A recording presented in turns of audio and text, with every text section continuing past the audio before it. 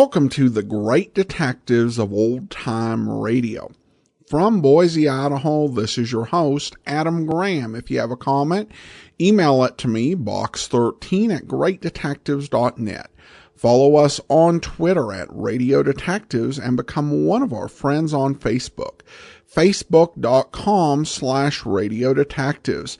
Our Great Detectives of Old Time Radio t-shirts continue to be available. T-shirt.greatdetectives.net. This year we have added women's slim fit tees, tank tops, and youth tees to our offering, which includes, of course, the premium t-shirt still available. Just go to t-shirt.greatdetectives.net. You can also support the show on a one-time basis at support.greatdetectives.net or become one of our ongoing Patreon supporter at patreon.greatdetectives.net. Well, now it's time for today's episode of Rocky Jordan, the original air date, January 9th, 1949, and this one is Escapades with Paula. Time now for Rocky Jordan. Every once in a while, a dame walks into your life. You never know when she's going to show or how, but all of a sudden she's there. And that life of yours that went so straight before begins to wheel and turn like a racing car with a bad tire. Well, one moved into my life not so long ago. She brought with her a nice pair of legs and warm lips and dark eyes that held a story. But she brought something else. A couple of dead men.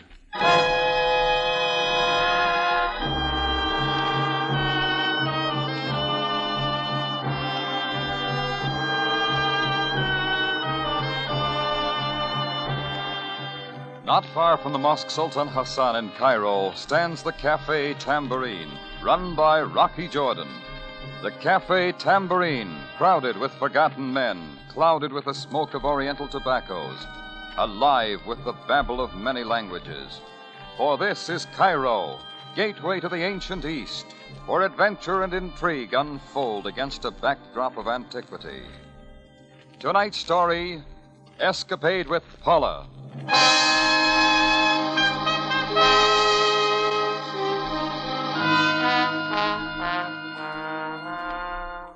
It was a hot night. The desert air had moved in on Cairo and hung heavily over the city like garlic over a chef's salad. The fans were working hard trying to throw a breeze, but getting nothing. A couple of people were working on cold beer, and a red-headed member of His Majesty's Navy sat in the corner up to his eyeballs in hard liquor. He'd wandered in looking for salt water and got into a mix-up with a bottle of gin. By 1:30, all the customers had gone except the sailor. I decided to throw an early latch on the front door. So I had Chris help me lift him and walk him out. All right, Chris, easy with him. Yeah. Come on, Red, wake up time. Rocky, I want you to know this is the best brewing cafe in the world. Yeah, sure. I've seen them all. Hong Kong, Calcutta, Marseille. This is the best brewing cafe in the world. I'll walk him down the street a little, Chris, till he gets his underpinnings. Yeah, all right, Rocky. And go on home. I'll lock up. Right. Come on, Red. I saw Rocky. I see you there. I was trying to get one.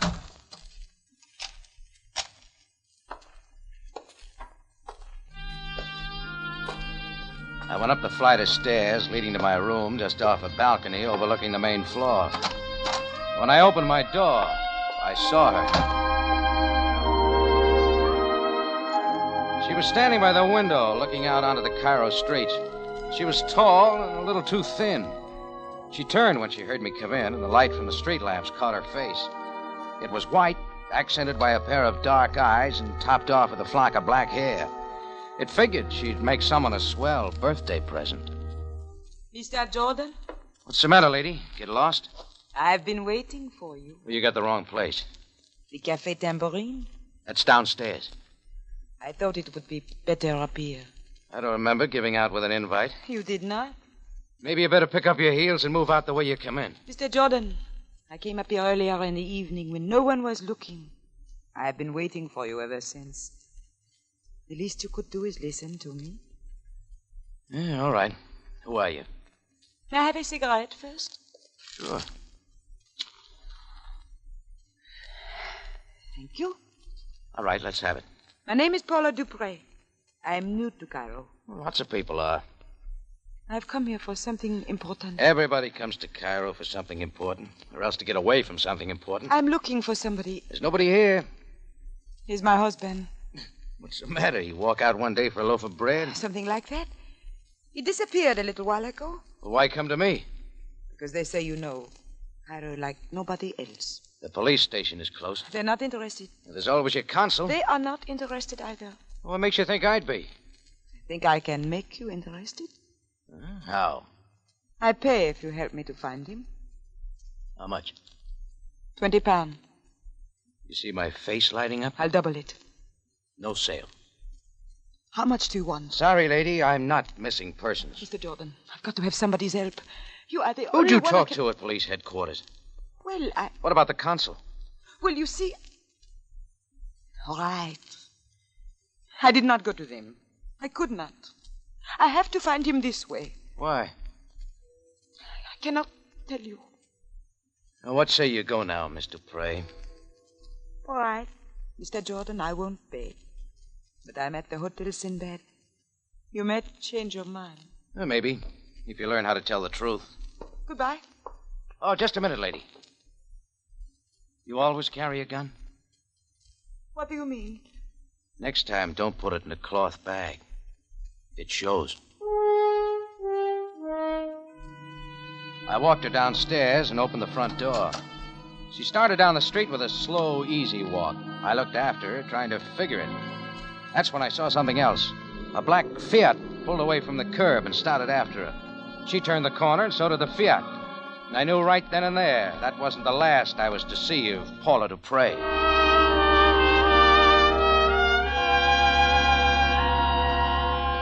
Chapter 2 came the next morning. I was on my way to Sharia El Alfi to check on a consignment of Turkish liquor.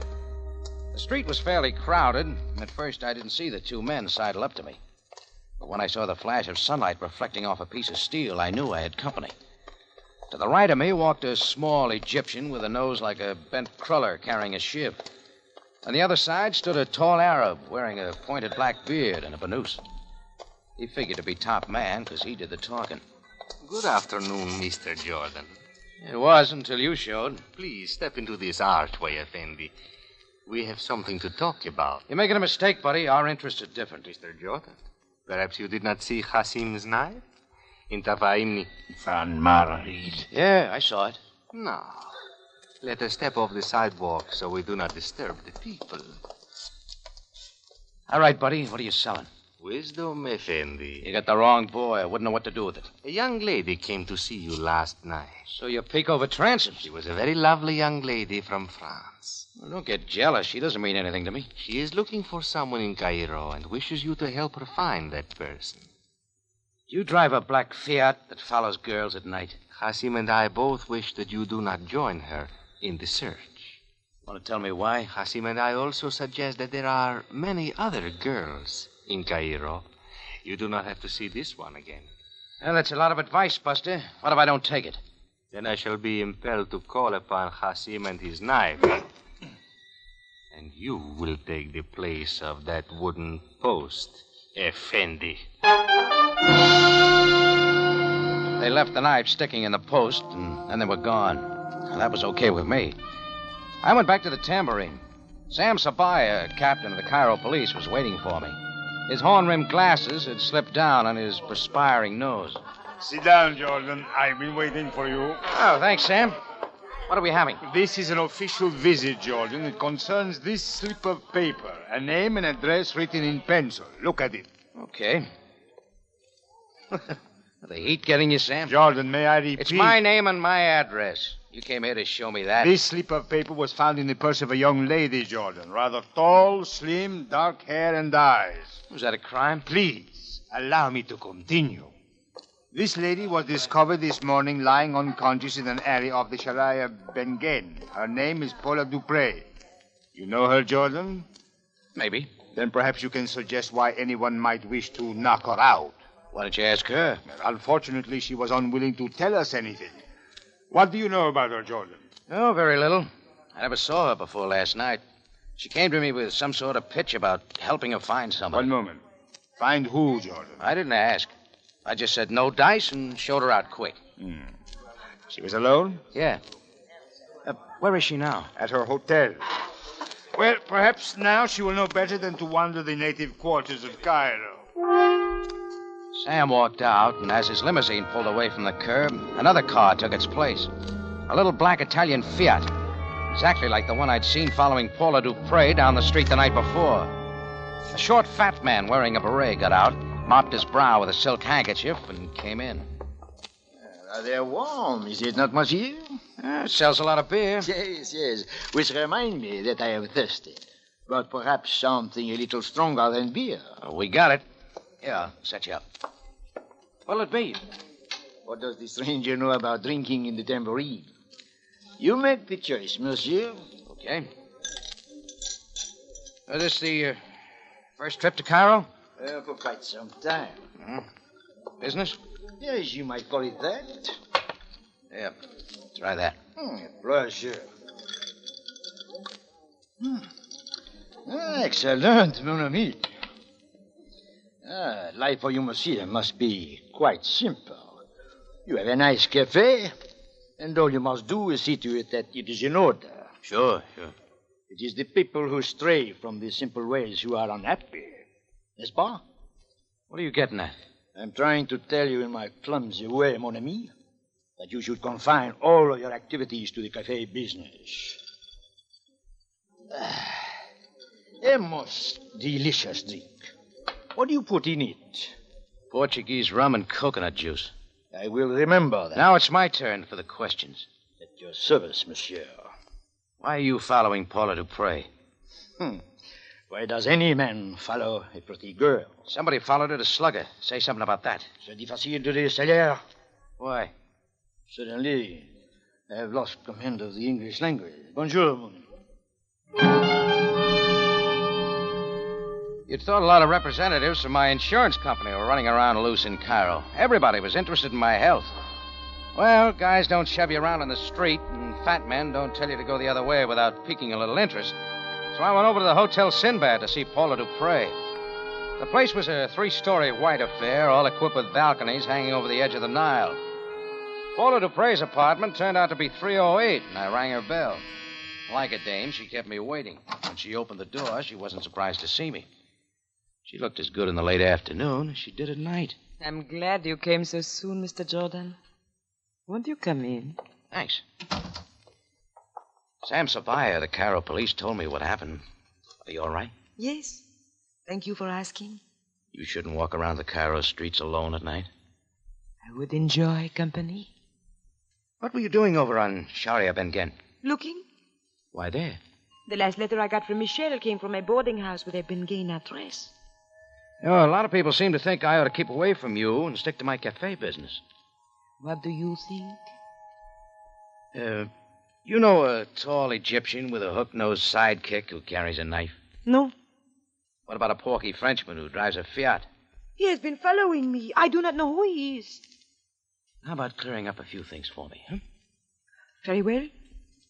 My husband is a deserter from the army. He came to Cairo to hide out. Go on.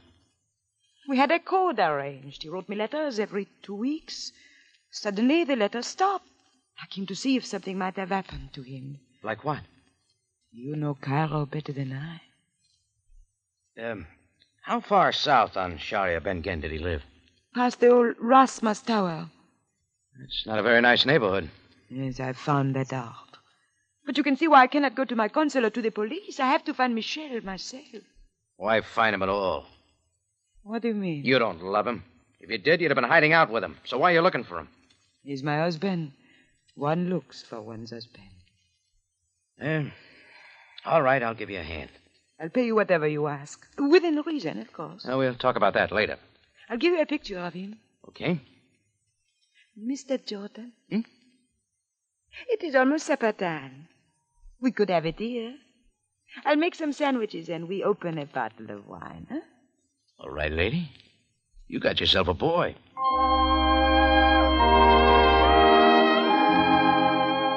In a little while, I was calling her Paula, and she had dropped the Mr. Jordan. She spread a table by a big window overlooking the Nile. She brought out some sliced chicken and meat and found a couple of candlesticks someplace and put a fire to them. Then she cracked open a bottle of Chablis, and we made an evening of it. We watched the lights come on along the Nile, and the band of river got blacker and blacker as the night wore on. She told me all about herself, about the French town where she was born, and about her family. She didn't say anything about her husband, Michel, and I didn't press it. Then the lights along the Nile started to go out, and it was time to go. Thank you, Rocky. For what? I enjoyed this evening very much. Did you? Yeah, it beats spending it at the Tambourine. From you, I take that as a compliment. Tomorrow, then? Tomorrow. Good night, Rocky. Good night, Paula. Rocky. Yeah? Aren't you going to kiss me good night? Shots came flying in out of the hall. They missed and went through the window. I rolled Paula to the floor. A second went by, and I heard footsteps running down the hall. I looked. There was nothing. Then I went to the window, and I got there just in time to see the black Fiat pull away from the curb and barrel down the street.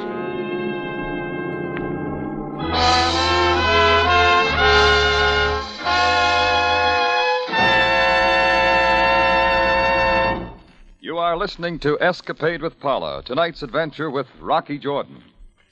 Monday night at 6, CBS Radio Theater will present The Velvet Touch, starring Rosalind Russell and Sidney Greenstreet. Don't miss this hour-long version of The Velvet Touch at 6 Monday night. And after Radio Theater, you'll want to laugh with My Friend Irma. But more about that later.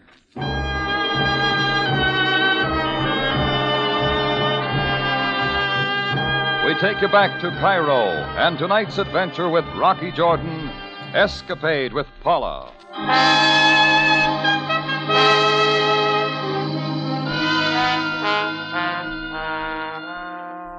It all began when a girl named Paula Dupre asked me to find her husband. Then a tall Egyptian with a hawk-nosed sidekick and a puffy Frenchman moved in to warn me off.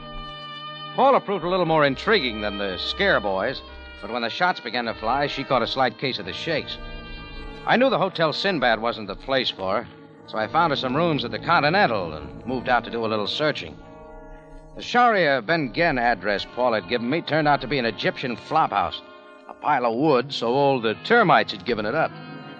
Cleopatra's grandmother was the reception committee. We have many rooms left, Effendi. I'm not looking for a room. We have whatever you are looking for, Effendi. Information. For money, you may have anything. That is the way of the world. A Frenchman named Michel Dupre lived here once. He may have changed his name. Many Frenchmen live here, Effendi, and they all change their names. That is the way of the world. Oh, here's his picture. Ah, a fine-looking man. A rich man, yes? There is a big reward if you find him, and you are willing to pay much for information. £5. Ah, but it is the luck of this old woman to know nothing of the Frenchman. All right, I'll make it £10. My luck is getting worse. I have a one-eyed Greek. Perhaps we could pass him off as the Frenchman. No deal. What do you know about a big Egyptian who walks around with a buddy who's got a nose like a bend in the Nile? I do not know such a man. The £10 will buy a lot of kush-kush. Go away. Well, my name's Rocky Jordan. You can find me at the Cafe Tambourine when you change your mind. Imshi. Think it over, Grandma. I will think nothing. You want them to find me floating in the Nile with a knife? Find out anything, Jordan? Sam, what are you doing here? Waiting for you. You ought to sleep nights instead of following me around. I would prefer that, Jordan, but I have much to do. We found Miss Dupre in the alley back of the boarding house here. I am investigating. A lot bigger things happen in Cairo than a slugging. You're sure putting in a lot of time on that girl. So are you, Jordan. Come on. Where are we going? My car is right around the corner. Oh, thanks. I'll take a taxi. That is not necessary. We are going to the same place. Oh, where's that? The morgue. I have something to show you.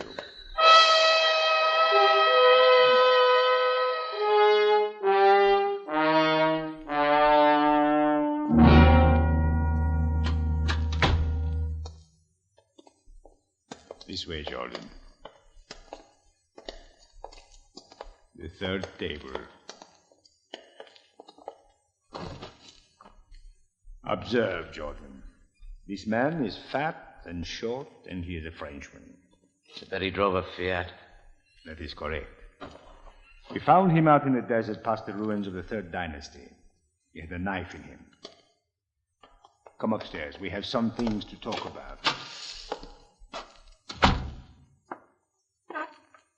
Now, Jordan, what have you to tell me? I don't know who killed him, Sam. But I can tell you this. He's the guy who's been following Paula ever since she got in town. Uh-huh. He tagged her from the tambourine yesterday. I saw him pulling away from the Sinbad this morning after he threw a couple of shots at us. Jordan, that is interesting, but it is not possible. What do you mean? Jordan, this man would not shoot at you. Do you know who he is? No. His name is Henri Duval. He is a representative of the French military. He was in Cairo looking for someone, a deserter. Well, you won't find him now. Someone has already found him. Jordan, do you think that this man and Miss Dupree were looking for the same person? Anything's possible. Is it not also possible that she killed Duval so that she alone could find the missing man? Like I said, anything was possible. But this fogging on Duval was a new wrinkle. Well, I knew if I could turn up those two boys in Bernouses, they could supply a lot of answers. But finding them in Cairo was as easy as turning up a penguin in the Sahara. I went home and slept for a couple of hours, shaved, and threw on a clean suit of clothes. I picked Paula up in the late afternoon and showed her Cairo. I waited, but she didn't say anything about Duval's murder. Toward evening, we found ourselves in a little cafe off the bazaar. What is this place called? Oh, the Dibban. It means the flies. Sure full of them. Ah, I think it is very nice. Yeah? Oh, I've had a grand time today, Rocky. I could stay in Cairo forever. Some people do. What does that mean? Duval's not leaving. Who is he? The man in the black Fiat. He was with the French government. He was looking for Michelle, too. Oh. Somebody killed him. You know anything about it, Paula? No. Sabaya thinks you might have done it. And what do you think? I don't know. You still don't trust me, do you? It's usually easier not to trust a person. But you want to trust me. Isn't that it, Rocky? Something like that. Buy me a drink. Just a minute, Paula. We thought Duval was the one who shot at us up at the Sinbad, but it wasn't. It was somebody else. Like who? One of those two crummy Egyptians who bumped me on the street, or your husband. Why would Michelle shoot at me or you? You tell me. I do not know. Maybe he doesn't want to be found. You ever think of that? Yes. Sometimes I even wish there were no such men. Yet you still want to find him. I have to. Why? One looks for one's husband. You tried that out on me before. It doesn't have much power. What's the real reason? I can't tell you now. When can you? When we find him? All right, Paula. I'll hold you to it. Pardon me, Effendi. But does the gentleman remember a poor old lady who runs a boarding house on Shari Bengen? A poor old lady whose luck was so bad that even for money she did not know a Frenchman who disappeared? Who is she, Rocky? Just a minute, Paula. Has your luck changed, Grandma? I have been thinking over the ways of the world. I cannot give you the Frenchman, but for money, I can take you to that tall Egyptian with the pointed beard you are looking for. The 10 pounds still hold. But, Effendi, the ways of the world are more expensive. 20 pounds. I pay it, Rocky. Okay. Come then, Effendi. I shall take you to him. I want to go with you, Rocky. Go on back to the tambourine and wait for me. I'll bring him to you. But, Rocky, I want Come on, old woman. Let's find our friend.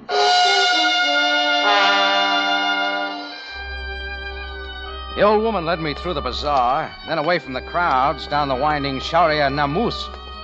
Just where it turned down toward the river, we went into a decaying brownstone house, up a flight of stairs, and down the dingy hallway. Then she suddenly stopped, pointed to a door. There, Effendi! And ran away fast.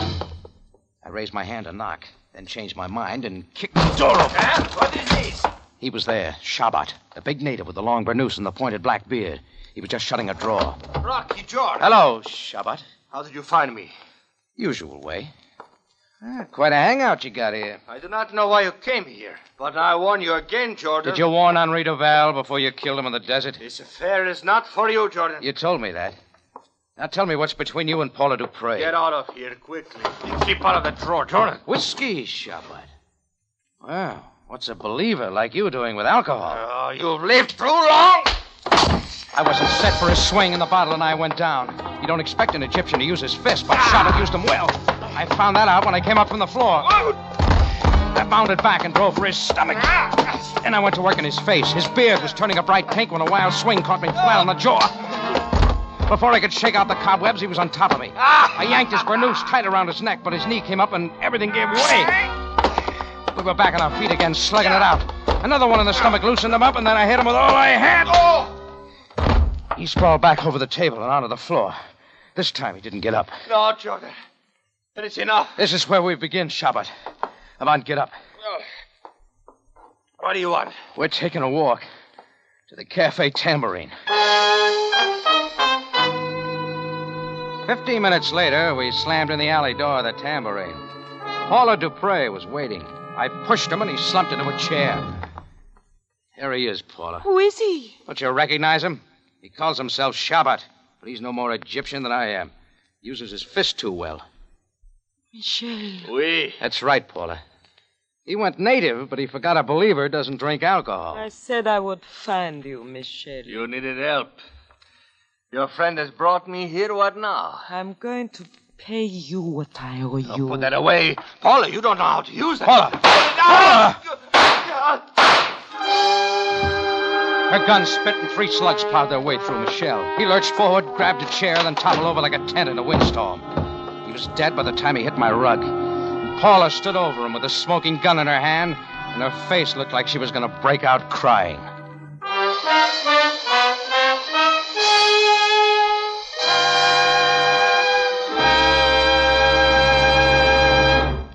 You are listening to Escapade with Paula, tonight's adventure with Rocky Jordan.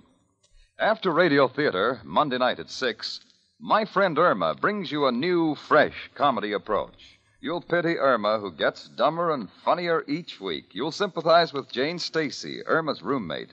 My Friend Irma is an hilarious show. Don't miss it. Monday night, following Radio Theater at 7.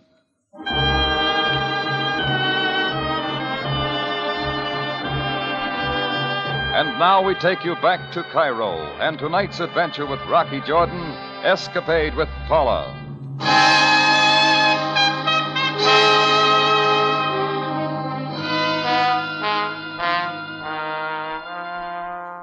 Put the sucker tag on me. Chase all over Cairo for a dame to help her find a man, then find him and bring him back just so she can blow some holes into him. Well, Paula finally turned away from Michelle, and I threw something over him. Then she spoke, and her voice was strange. I wondered and wondered if when the time came I would have the nerve. Well, you can stop wondering. You did a good job on him. Here, give me the gun. Here.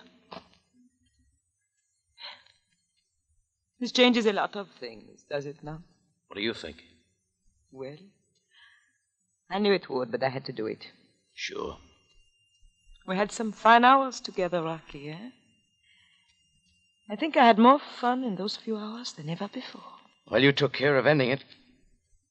I guess we could have had a lot more fun. We just met too late. Something like that. I'm sorry I had to use you as I did. But it was the only way to find him. At least it was the way you picked. You want to tell me why you did it? It was no good. In what way? In lots of ways, no good. But I owed it to him for what he did to me and to my sister. She lived with us after we got married. She had no other place to go. She was young. She didn't know very much. Michel was my husband, but I guess it didn't mean much to him. She slashed her wrists one day because of what? I see. The law couldn't do anything to him. Her death was a suicide. I had to do it by myself. What now, Rocky?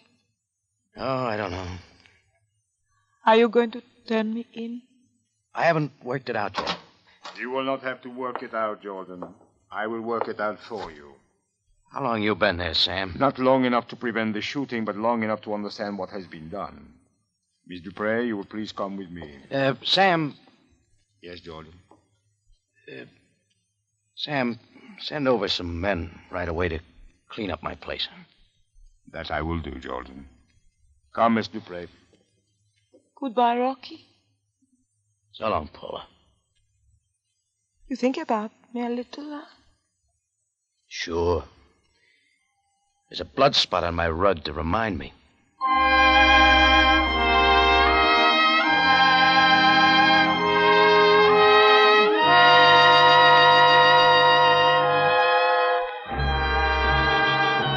It's CBS at this same time next week for another story of adventure and intrigue when we take you back to Cairo and the Cafe Tambourine run by Rocky Jordan.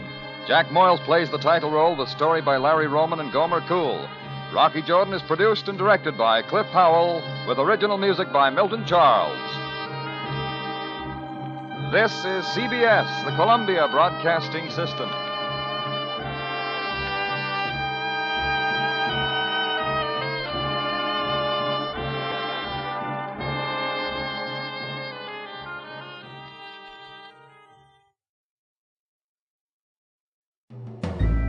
This is Andrea J. Graham, author of the Web Surfer series. Oh, and a Madam's Wife. You're listening to the Great Detectives of Old Time Radio.